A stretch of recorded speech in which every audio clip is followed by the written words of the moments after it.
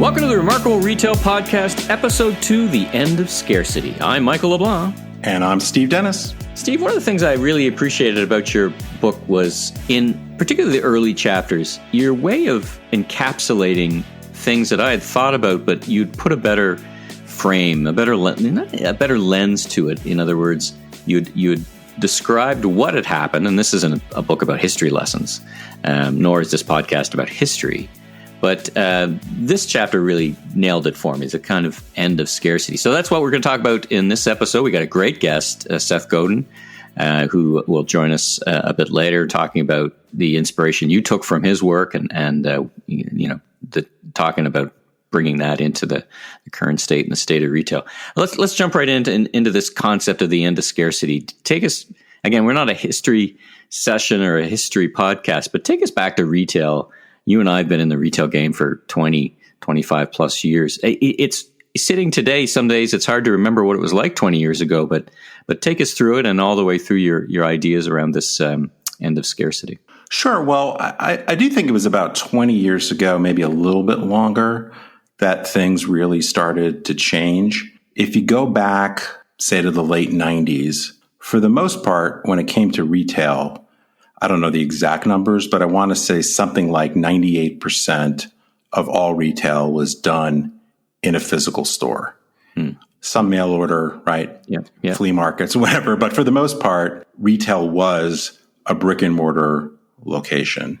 That was one of the first things that started to change, albeit slowly, was largely by virtue of e-commerce, that there started to be access to products essentially anytime, anywhere, anyway. So if you think about choice, because I think that's the main thing is the expansion of choice, the abundance of choice. In retail, if you wanted to buy, pick whatever, dishwasher, sweater, you had to go to a store. If you were lucky, you lived in a place that had a lot of stores. If you lived in a more remote rural area, you didn't have so many, or you had to drive a long way. And you could shop whenever they happened to be open, and you had whatever selection they happened to have, and you would hope that they had it in your size, color you liked, etc. And so choice, access to product was very constrained. Secondarily, the information about which products to buy was pretty constrained as well. You learned about products through TV advertising, maybe a magazine ad, talking to your friends, the sales associate who you had to go see in person, etc. And you learned what they wanted to teach you. You in all those mediums, right? It was framed in such a way that even in the catalog, but even on the show floor, here's what we want you to know about the product, and you didn't have a lot of recourse other ways. You had maybe Consumer Reports or magazines, but by and large, as you say, and just listening to it, it strikes me funny because the world of retail is so different now, but it's hard to imagine what it was before, but it's not that long ago. No, it's really not. And if you think about, obviously Amazon is the big dog when it comes to e-commerce, but, Amazon really didn't start to break beyond books and music to any significant degree until about 15 years ago. So yeah, right. It's pretty new. So this idea of what made for an acceptable purchase was largely determined by the choices you had in your town. And as you say, the information that was largely controlled and kind of one-dimensional. Because the other thing that started to change by virtue of social media and so forth was connection, right? Your network, we're going to talk to Seth later, your tribe, which is a phrase he really coined. It was pretty small, right? It was your friends, family, maybe people you went to church with or worked with or whatever. And, suddenly as time went on, you started to have access to pricing information and reviews, and you could show, text an outfit to your friends or what have you to get their feedback. And so this whole world of influence and connection radically expanded. And so, there's some other things too. I think the way, I sometimes talk about cheap was also scarce, where you certainly had discount stores and outlet stores 20, 25 years ago. But the explosion of physical choices in terms of off-price stores and so forth was quite dramatic. So you just had a lot more places to go to get sharply priced product. But certainly the internet allowed you not only to get access to cheaper products, but generally speaking, the effect of the internet over time and e-commerce has been to push prices down and compress margins. So you really have this world of pretty scarce access and connection and information and so forth, which largely determined which retailers were successful. And so much of that was about physical presence and how that retail concept was manifested in a physical space. And then over the last 20 years, so much of that has been, so much of that scarcity is basically evaporated. And so really at the heart of this book is that, and we'll talk to Seth about this, is that even very good is not good enough anymore because you just have so much availability of alternative information and choice. So why should you settle for what happens to be in your store or happens to be the thing you can buy between noon and 6 on a Sunday or what have you? So it's just radically shifted the basis of competition. I saw that start to accelerate 15, 20 years ago, but I certainly think largely by virtue of the ubiquity of smartphones, which kind of puts anybody's brand on your person anywhere you happen to be. I mean, the last 7, 8, 9 years, this is all just accelerated. So, it's interesting listening to that background because I think sometimes about the tyranny of choice. In other words, retailers or merchants or consumers who are overwhelmed by too much choice. Do you think that somehow we've gone from one guardrail to the other, that we've gone from a world where you have very constrained, limited choices, and we'll talk about in which different ways, almost too much choice? And I'm not sure if it's paralyzing per se looking at retail sales, but it does make consumers less about trying to find things and more about trying to make decisions about the things and places they shop. Well, one of the quotes that I've got in the book is from William Simon, I believe, who said, "A wealth of information creates a poverty of attention."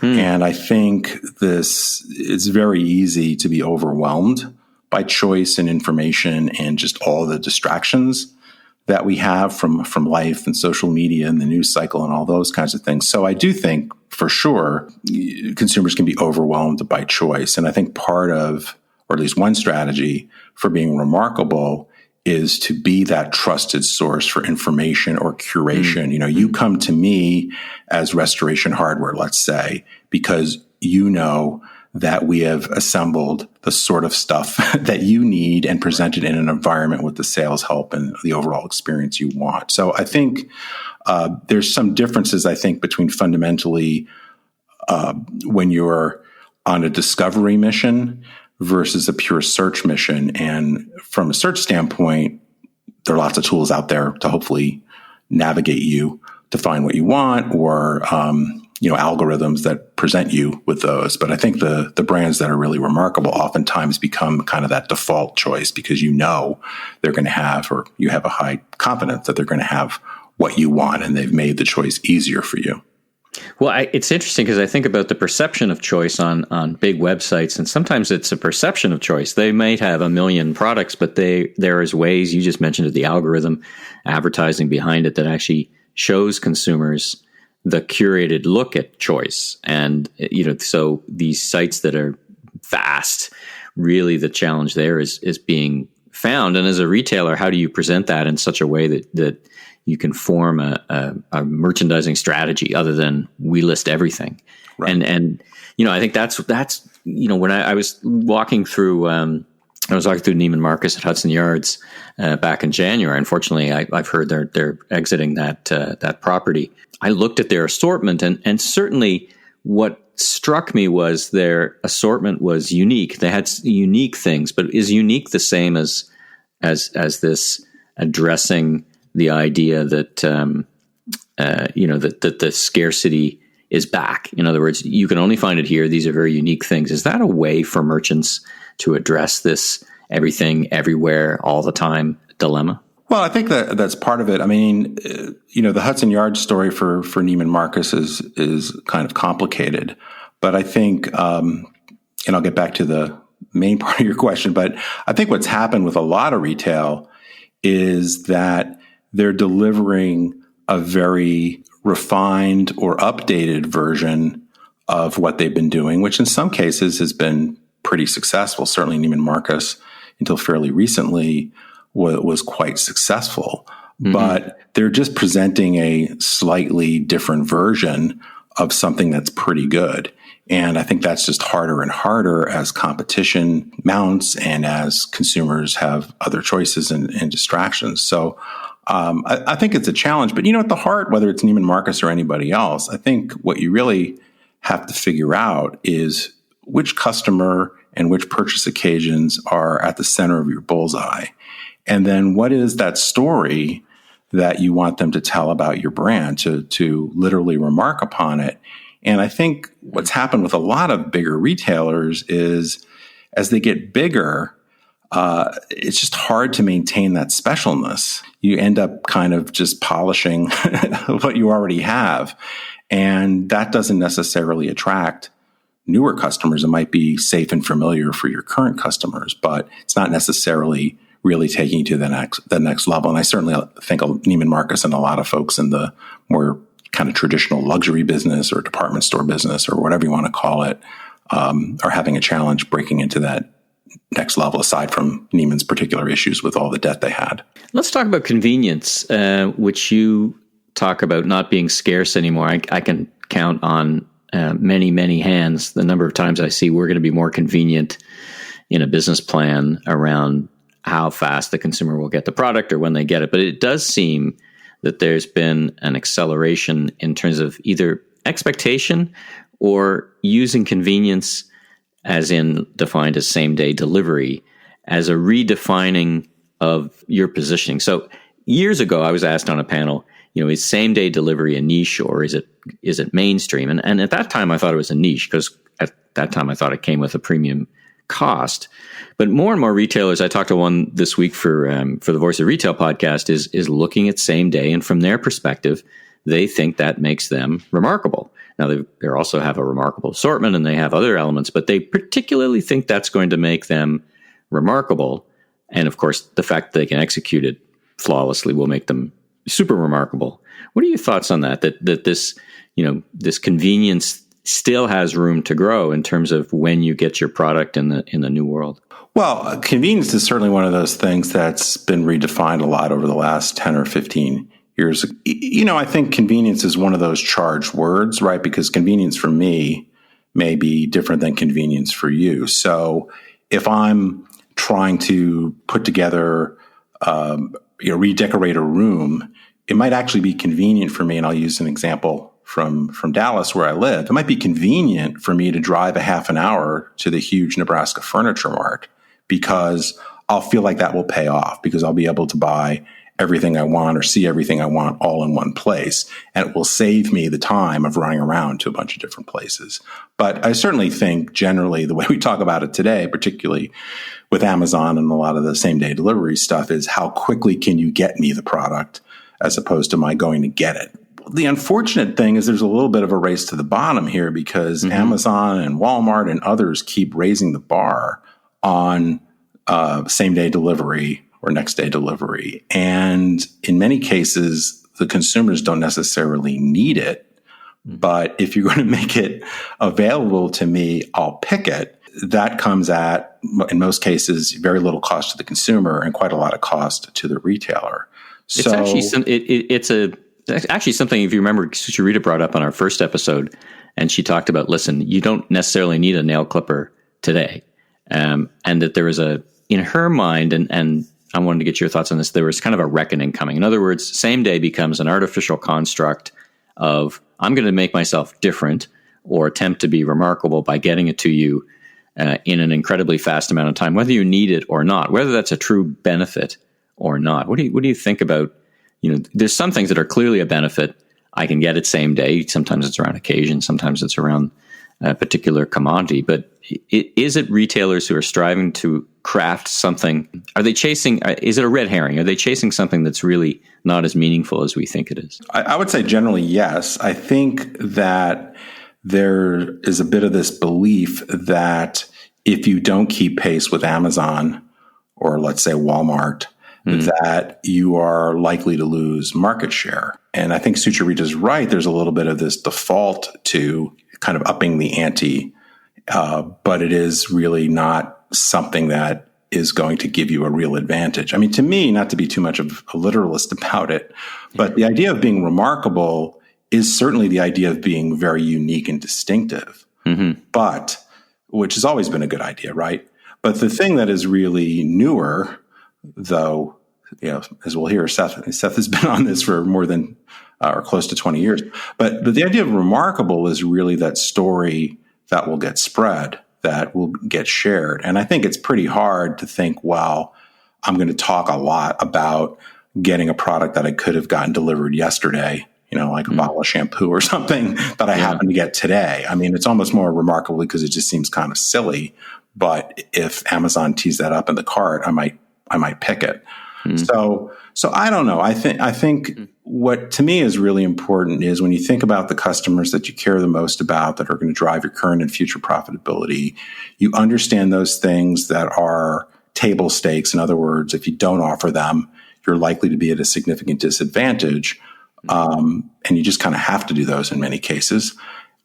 But more importantly is to think about how do you amplify the wow? What is that thing that people will really talk about? And I think for the most part, it's hard for me to imagine over the long term that delivery speed is going to be the thing. But certainly it's been reframed in terms of 20 years ago where I worked in some catalog businesses and 6 to 8 weeks. Yeah. And you charge an extra $30 to get it to you in 3 or 4 days. And so shipping and handling included. Exactly. You could actually get money for handling products. You imagine those days. Well, we when I worked with Land's End, we made money on delivery. Right. With a margin in it. Right now it's a huge cost center. So certainly that's changed a lot. But I think as we think about the last couple of years and kind of where we're going, I think it's a little bit of a race to the bottom. And I think at some point, to suit your Regis part, there has to be a reckoning because you're not charging the customer anymore for it. In some cases, you're just moving around market share because so many categories are pretty flat, frankly.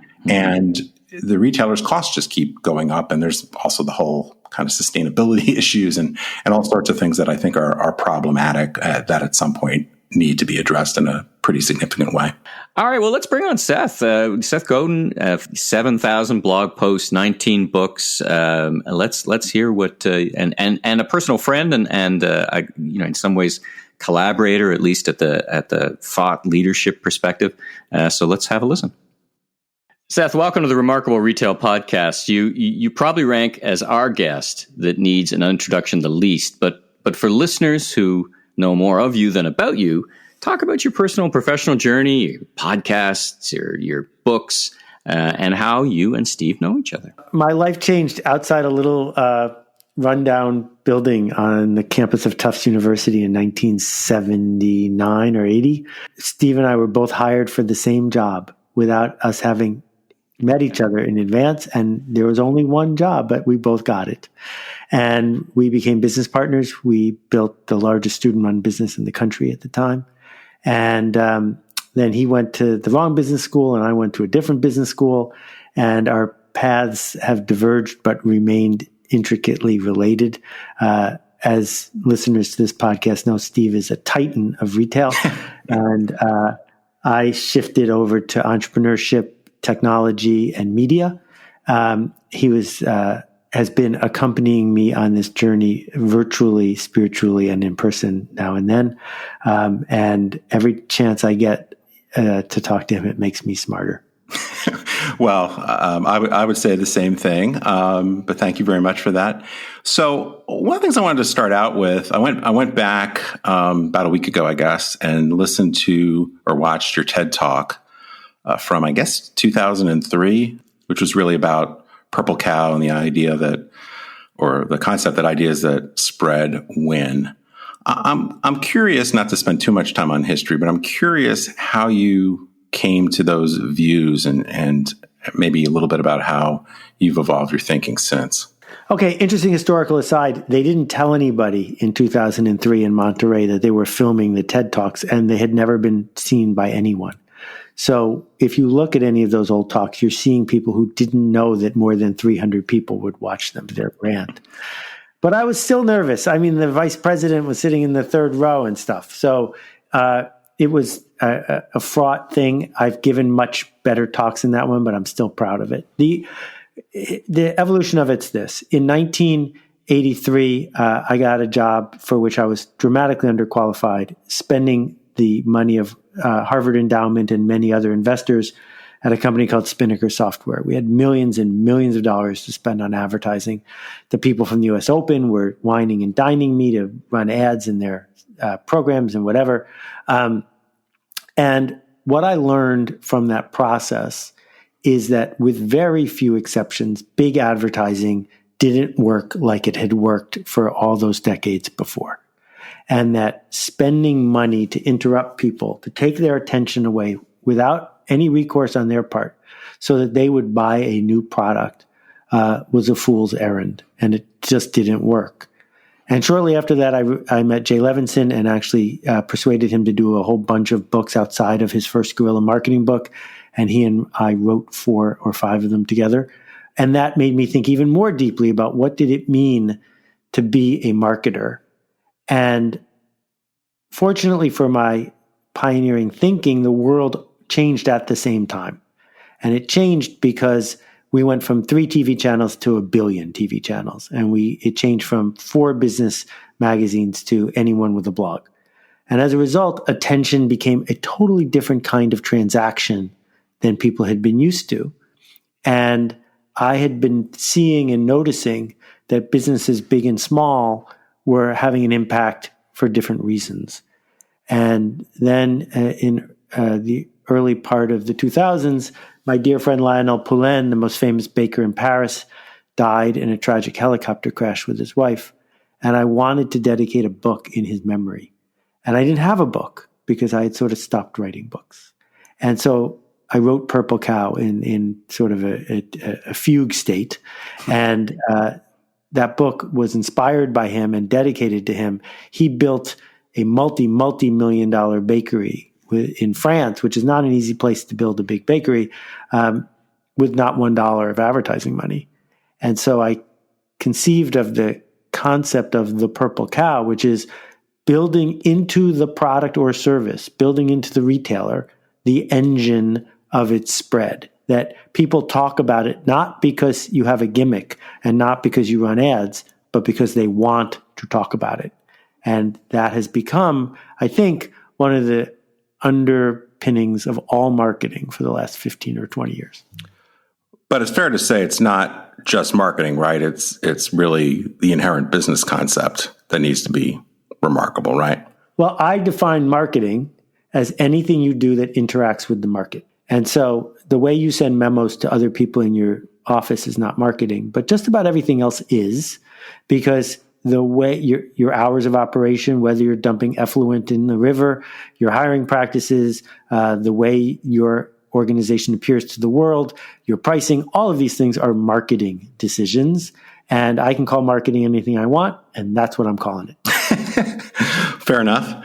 So one of the things that struck me when I was going back and not only looking at the TED Talk, but reviewing Purple Cow, which of course I shamelessly stole from in my book. So your commission check is in the mail. But, I was working at Sears at the time, and it was becoming increasingly clear to me, maybe for some complicated reasons, but in particular, what Sears was trying to do was really sell a lot of stuff to a lot of people, which I think you talk about as being the, focusing on the peak of the bell curve and making average things for average people. I know you're not a retailer per se, but I'm curious what you've seen in terms of the evolution of retail and perhaps a little bit about what retailers need to think about doing now to be more remarkable. Well, I'm stealing most of your stuff. Retail isn't dead. Boring retail is dead. And what does it mean to be boring? You and I almost worked together when I tried to persuade Sears to do a series of books around Craftsman tools and some of the other iconic things that they owned. But it would have required turning something like Craftsman from, these are pretty good tools for pretty good craftspeople, to, this is a singular, peculiar, idiosyncratic item with a voice. And that's just not the way mass marketers think. Ketchup doesn't have a voice. Yeah. And, Heinz probably hit its peak when they let Carly Simon sing for them. But even so, they have fought at every turn to make ketchup not this widespread, ubiquitous, boring thing. And as a result, salsa outsold ketchup last year. What retailers have to figure out is, would we miss you if you were gone? And in the age of Amazon and in the age of we can't go outside without a mask on, more and more people are saying, no, I wouldn't miss you if you were gone. Yeah. And as soon as they say that, you're gone. So do you think I guess having worked for a couple of really big retailers and then consulting to some, one of the things I see is that even if you can get leadership to understand that even very good is bad and they really need radical change, their sheer size and protection, I guess, defending the status quo is often what keeps them stuck. Do you agree with that fundamental premise? And I guess more importantly, what should they do differently? I'm going to twist the premise a little bit, which is this. The kind of people who are in the building are there because they chose to be. Whether they're a clerk or a product manager or a line manager or whatever they're called, they're there because they signed up for it. If we pick a different industry, why is it that Google, with 2 employees, beat Random House or Encyclopedia Britannica in the race to organize the world's information? Those 2 other organizations had plenty of people who were smart enough, who had the same mission, who could easily have hired 2 programmers, and they didn't. Because you don't go to work at Random House because you want to build a website. You go to work at Random House because you like what it means to be in the book industry. Yeah.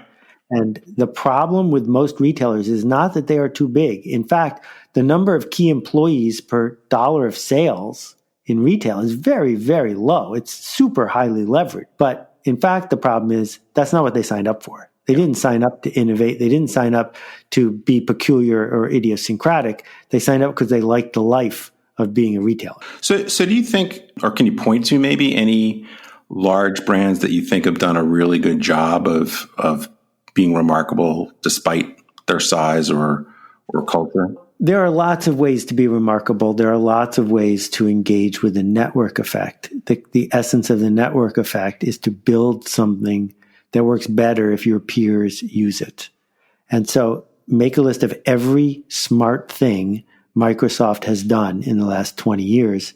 Every one of them is that Word worked better if your WordPerfect friends converted to Word. And so you did Microsoft's marketing for them. When Microsoft comes out with a video game system or tries to build something on the internet, if they do it right, it works because people talk about it. And if they do it wrong, like Bing, it's because it's embarrassing to talk about it. Why would you try to persuade someone to switch from Google to Bing? What's in it for you? Mm-hmm. And the answer is nothing. And, so Ballmer destroyed billions of dollars of opportunity by refusing to understand the power of innovation and remarkability and the network effect. So if I think about what has worked and what hasn't worked at different levels of retail, let's think about what Blake built at Tom's Shoes. So the original conception of Tom's Shoes, the buy one, give one, was Blake understood that there was a small group of women, mostly women, fewer than 1 million for sure, who had the following attributes. They wanted to be fashion forward, and they didn't have a lot of money, and they weren't eager to be super edgy. And what Blake did was he put Tom's logo on the outside of a pair of $85 espadrilles. Now, at the time, nobody was putting a logo on the outside of fancy shoes, with the exception of the red sole of Louboutin. Why would you do that? Well, you would do that because if your friends saw that you were wearing a pair of shoes that had a logo on them, they might ask about the logo, probably slightly snarkily because you were outside of their comfort zone. And then you would turn to them and say, I'm a better person than you because I bought these shoes before you did, and because now there's some kid in Ethiopia who's also wearing espadrilles, and that's because I'm a better person than you. Now, I'm, using different language than Blake probably intended, but that was the intent. Sure. That's what you were paying for when you bought a pair of these shoes. And so it became easy to spread the idea because every party involved benefited. But then, in their effort to grow, he came out with coffee. And coffee doesn't work that way because you can't put a logo on a cup of coffee. And because it was different to talk about coffee, some kid in Ethiopia now has a cup of coffee because we're drinking this coffee. None of it aligned, and it wasn't easy to talk about. And, so when we think about the growth of, for example, outlet malls, many of which, as you know, are sort of fake, the act of shopping in a scrum, of having a story to tell about your hard-earned prize, that's why they grew, not because you could buy a sweater for less, but because you got a story for free when you bought the sweater. So I'm wondering, and Michael, feel free to jump in here, but I guess one more question.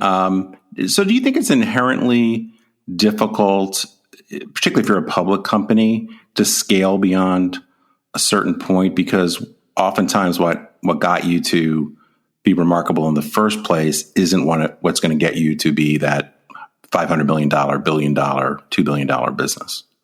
Yeah, that's a great point. The people who own public companies are the lowest common denominator. They can buy and sell on a moment's notice. They're short-term profit seekers. And trying to please those people inevitably leads to a Schumpeter-like cycle of creative destruction, because lazy short-term capitalists who at public companies will always chase easy wins until there are none left, and then they will crash and burn. Yeah. And there are ways around it. When I was at Yahoo, we were public, and I said to the co-founder, here's what I'd like to do. I would like to cut my salary by 90%. Let me keep my stock options. Thank you very much. I will move across the street to a cheap little place. Just give me 2 other people to work with, and we will bring you the businesses that you are now busy buying for $1 billion a piece. And it seemed to me like a totally sensible thing for them to do, because the kinds of businesses that Yahoo was buying at the time had no real customer base or code. They were just really cool concepts. And I knew how to make those. And Jerry turned to me and said, well, I can't do that. And I said, why? He said, because if I did that, everyone else would want to do that too. Which seems like a really stupid reason not to do it. But leaving that part aside, what he was actually saying is the public markets don't want me to do that. What the public markets want me to do is continue issuing the stream of press releases. But my belief is the thing that got you where you are is not that you opened 100 stores in one day or 1,000 stores in one day. What got you where you are is you had one store that worked and you figured out how to turn it into 10 stores. Well, you still know how to do that. So if I was running a big retailer today, I would, in secret, without anybody knowing I was associated with it, start opening stores that challenge expectations, that threaten my core business, that cannibalize things, that offend various people who have sinecures in the organization. And then once I figured out what was working, I would, quote, acquire them from myself and bring them to market. Because if you're not good at that part, going from 1 to 100 stores, what are you good at? And I think where they're in trouble is every single time an innovation comes along that could make things better, they focus on what would make it worse.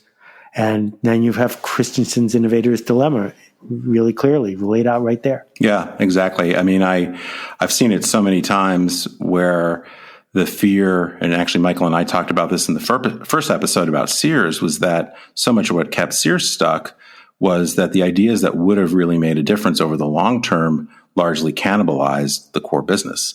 And so in the spirit of trying to protect that, they basically slowly became irrelevant. So I think that's a huge issue. Yeah, it's interesting, Seth, you brought up Craftsman, because as Steve said, exactly, we were talking about that thing, because what I loved about the conversation was Steve wasn't a casual observer. He was in the process.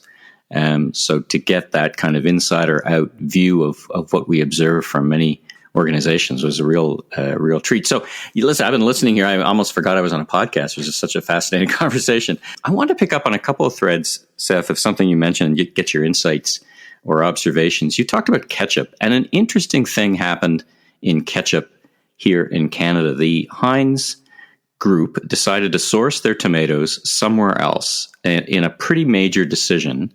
And lo and behold, French's stepped in with their ketchup, who had been a long second run, and swept the market. So you talked about salsa and ketchup, but I found it was interesting that a brand could be nationalistic. And I wonder if, we talk a lot these days whether it matters where and how things are made. What's your view of that? Has anything changed over the time? And we haven't really talked about the COVID era yet and your observations of what may, if anything, change. But I want to get your use that as an example to get your thoughts on the concept of local, the concept of how people buy, and then the concept of has anything changed or will anything change in thanks to the COVID era?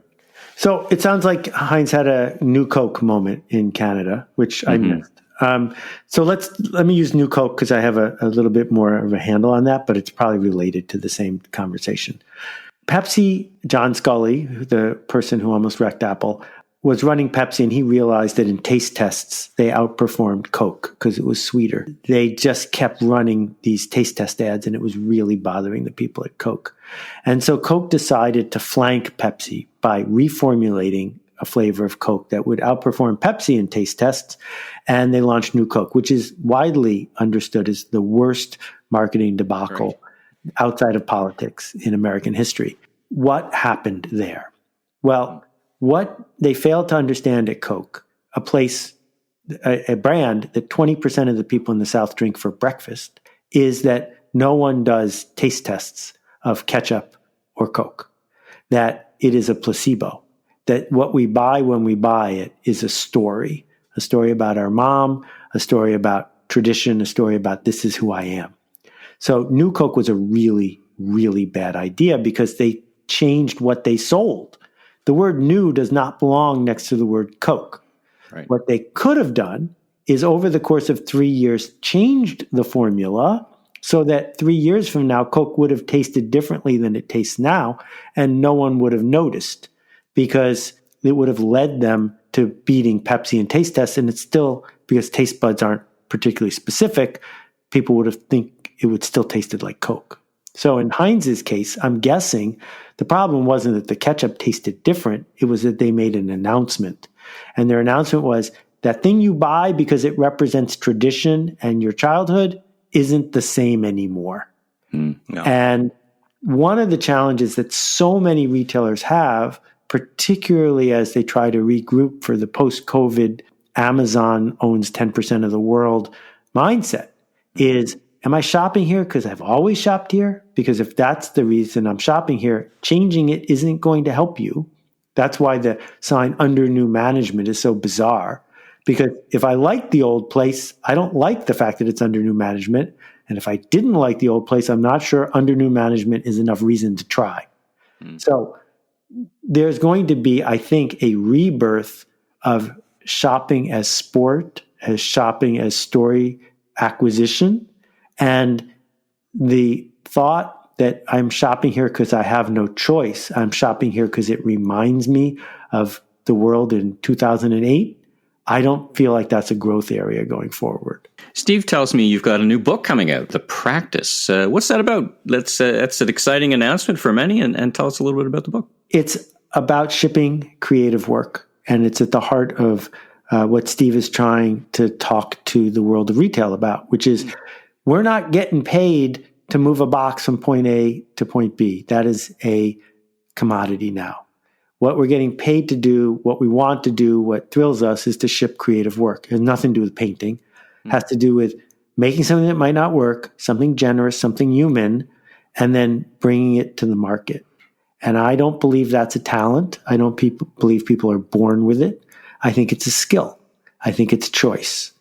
And my hope is that we can create circles of people who will support each other as we try to rebuild from this period we're all going through, so that we can get to a place where we're actually making things better. And too often we've been indoctrinated by a society that's about industrialism and about caste into judging situations and people incorrectly. And we're trying to unindoctrinate. But to do that is scary because it means taking responsibility and saying, I made this.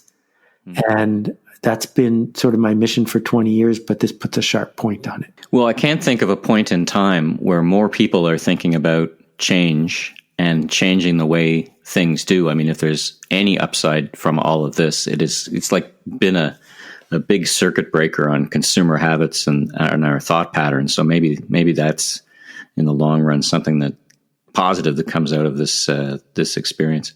Yeah, I mean, I don't think we should underestimate the status quo. The status quo sticks around because it's professional at sticking around. If it wasn't, it would be gone. And I don't think we should underestimate the power of industrialism. Every person alive today has lived their entire life in an industrial regime where the goal was to make it faster and cheaper, not to make it better and not to make it more human, but to do the opposite. And if we look at what happens, for example, on Amazon, left to its own devices, the market tends to settle on average crap.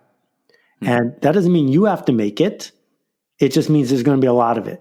And it turns out, though, the race to the bottom is fraught because you might win or worse, come in second. And the alternative is not to sell as much, not to be in the business of mass, but to matter. And I still believe that work that matters for people who care is a way forward. And if you want to make your living being in this thing we call retail, I think every day you need to remind yourself of that sign that was hanging over Walmart when I went to give a speech there in 1999. 21 years ago, they had a sign on their headquarters that said, you can't out Amazon, and you can't. Well, I think that's probably a great place to end. Thanks so much, Seth, for that, for coming on, and can't wait to see your book and read it. Thanks, man. I appreciate both your time. Keep making this ruckus.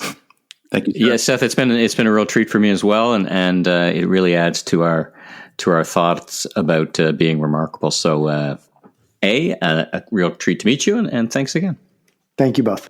Well, listen, Steve. For a while, I was forgetting that I was recording a podcast. I was listening to the two of you. It was fascinating, hearing Seth and you talk about this intersection of his work and your work, and from that, it feels like what you took away from insights and knowing and reading his work and talking to him is really somewhat of a framework around this remarkable idea. Yeah. Well, yeah. I mean, I think he really coined the phrase remarkable, at least in the context that others have used it and I use in the book and in my work. So he really did clue me into how choices were expanding so radically, as we talked about, by virtue of the internet largely, and how attention and time were becoming more scarce. And that just really sets up this battle for attention, fundamentally, but also this battle for engagement and loyalty and all the things that sustain businesses over time. I mean, he really started his work, as he described, thinking first about the interruption or the inefficiency or the lack of performance around interruption marketing. And it really did resonate. It started in his mind, I think, in mass media and advertising and marketing, but it really did extend its way across all formats and just, our thinking. And certainly I see it reflected in your thinking that, you just can't do what you did before. And I guess that's what it circles back to this chapter, the end of scarcity, because attention is, the convenience, good is no longer good enough. And all these things kind of circle back to being remarkable, standing out and just, from his purple cow essence, which is you've got to be different. It is not good enough to be a better version, as you said, of average. Yeah. And I think people or leaders in retail, so many of them still don't seem to really get how important it is to differentiate yourself in a much more powerful way. It's such a cliche to talk about lipstick on the pig or whatever, but a lot of what counts for innovation with some legacy retailers is better than they were doing before, arguably, but not really close to being good enough. Particularly when you think about, I think about department store retailers or a lot of specialty apparel, but you can go across a litany of categories that are large categories with large established players for the most part. And even though we've seen some uptick, for example, in grocery during the COVID crisis because people aren't eating out and there's a shift. But fundamentally, over the long term, the grocery business is not growing, right? The apparel business is not growing. Home improvement tends to cycle a little bit with interest rates and new home sales and things like that. But for the most part, these big categories aren't dramatically growing. It's hard to find categories that are growing much faster than inflation. And so, particularly for the established brands, it's about market share. It's share of wallet. And so what are you going to do that is significant enough for the profitable, loyal customers of your competitors to switch to you? And if you think that's putting a coffee bar in or some cool visual merchandising, it's very, very unlikely that's going to move the dial at all. It'll be notable, if not exceptional. You and I off mic were talking about the Nordstroms in New York City, where the ground floor had a cocktail bar, and you could walk around choosing your shoes or watching your partner choose their shoes with a glass of whiskey in your hand. Certainly interesting, but is it enough to push that story forward?